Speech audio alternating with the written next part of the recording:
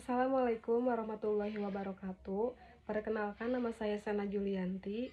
Di sini saya akan mempresentasikan tentang lapisan kulit dan permasalahan serta tipe-tipe kulit. Kulit merupakan lapisan pelindung terluar pada tubuh manusia dan merupakan bagian terluas pada organ tubuh. Selanjutnya di sini saya akan menjelaskan tentang lapisan kulit.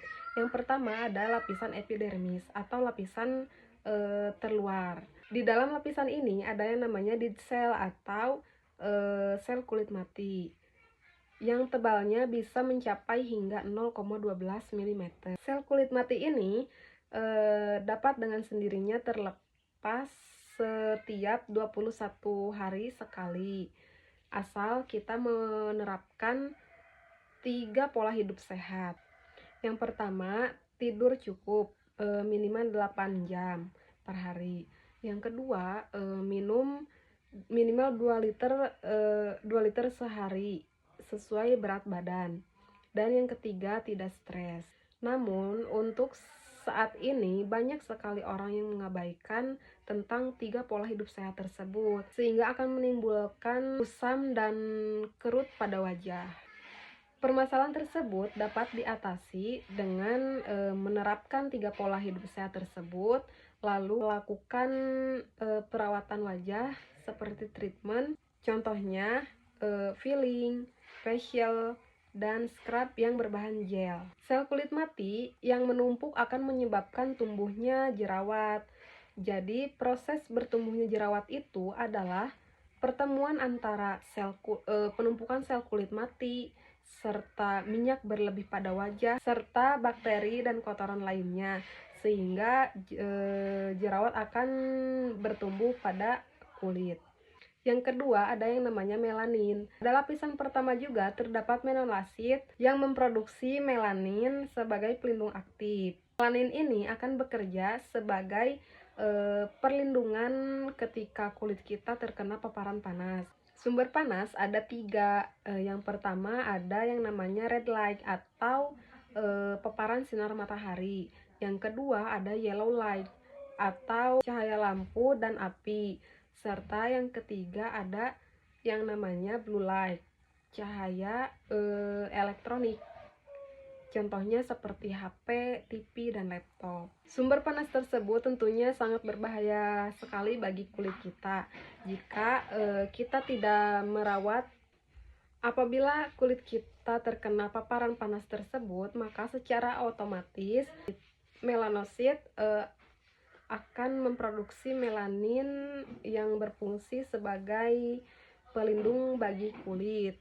Namun yang disayangkan di sini melanin tersebut berwarna hitam atau gelap, yang mana kalau tidak dirawat akan menimbulkan bercak noda atau plek hitam pada permukaan wajah.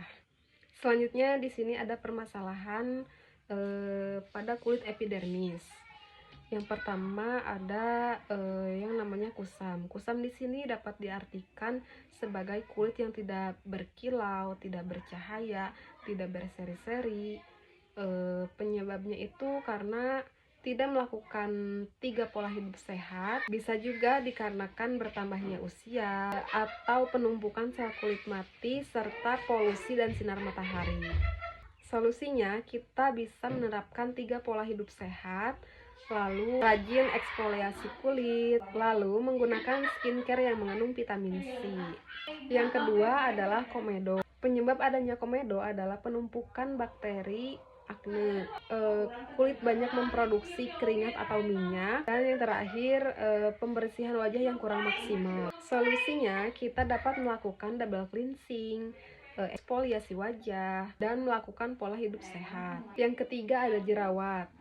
Penyebab adanya jerawat adalah pembersihan wajah yang kurang maksimal, penggunaan make up yang terlalu tebal, lalu tidak menerapkan 3 pola hidup sehat, menggunakan skincare yang tidak sesuai dengan kebutuhan kulit. Solusinya adalah menerapkan 3 pola hidup sehat, lalu menggunakan skincare yang sesuai dengan kebutuhan kulit. Yang selanjutnya adalah mengurangi penggunaan make up tebal. Selanjutnya adalah pori-pori yang besar. Pori-pori besar ini memiliki fungsi sebagai tempat saluran bertumbuhnya rambut, lalu berfungsi sebagai saluran untuk mengeluarkan minyak pada wajah. Penyebab pori-pori besar pada wajah adalah pembersihan wajah yang kurang maksimal, jarang atau tidak pernah melakukan eksfoliasi pada wajah, serta tidak menggunakan sunscreen. Solusinya adalah kita dapat melakukan double cleansing, eksfoliasi wajah, lalu menggunakan sunscreen, menghindari produk scrub yang memiliki butiran-butiran begitu. Permasalahan selanjutnya adalah flek hitam. Penyebab flek hitam di sini adalah bisa terjadi karena terlalu lama terkena paparan sinar matahari. Bisa disebabkan oleh penggunaan KB atau genetik juga. Solusinya di sini adalah cukup dengan menggunakan sunscreen. Selanjutnya di sini ada lapisan yang namanya dermis atau lapisan tengah. Pada lapisan kedua ini ada yang namanya problasts. Problasts di sini berfungsi untuk memproduksi kolagen dan elastin. Kolagen dan elastin ini adalah zat yang ada pada dalam kulit yang bentuknya seperti lem yang mengikat dengan kulit kita agar terlihat lebih kenyal dan kencang. Masalah pada lapisan dermis ini adalah kerutan pada wajah. Ini disebabkan oleh yang pertama karena faktor usia. Karena pada dasarnya saat kita berusia 25 tahun, produksi kolagen dan elastin ini berkurang hingga 1,5% sampai 2% per tahunnya.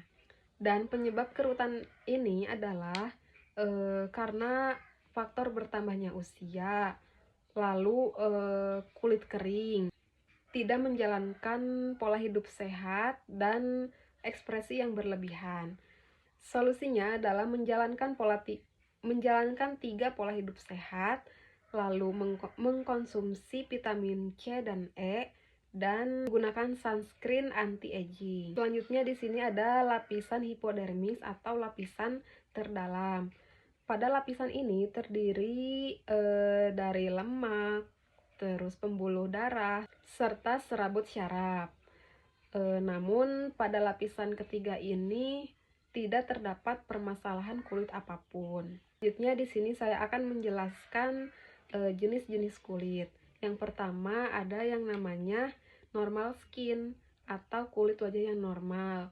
Ini bisa dilihat dari ciri-cirinya itu adalah warna kulit yang merata serta tekstur wajah yang halus dan lembut. Untuk kulit normal skin ini tidak perlu membutuhkan perawatan kulit. Dan yang kedua ada jenis kulit dry skin atau kulit kering. Ciri-ciri kulit kering adalah permukaan kulit terasa kasar, lalu mudah muncul garis halus, wajah terasa kencang saat menggunakan facial wash. Penyebabnya adalah tidak menerapkan 3 pola hidup sehat, lalu penggunaan sabun yang salah, lalu juga terkena paparan sinar matahari, bisa karena dari faktor bertambahnya usia. Solusinya adalah menerapkan 3 pola hidup sehat, lalu menggunakan sabun wajah yang sesuai dengan kebutuhan kulit kita, menggunakan sunscreen agar mendapat perlindungan ketika terkena paparan sinar matahari, dan yang terakhir menggunakan moisturizer untuk melembabkan kulit.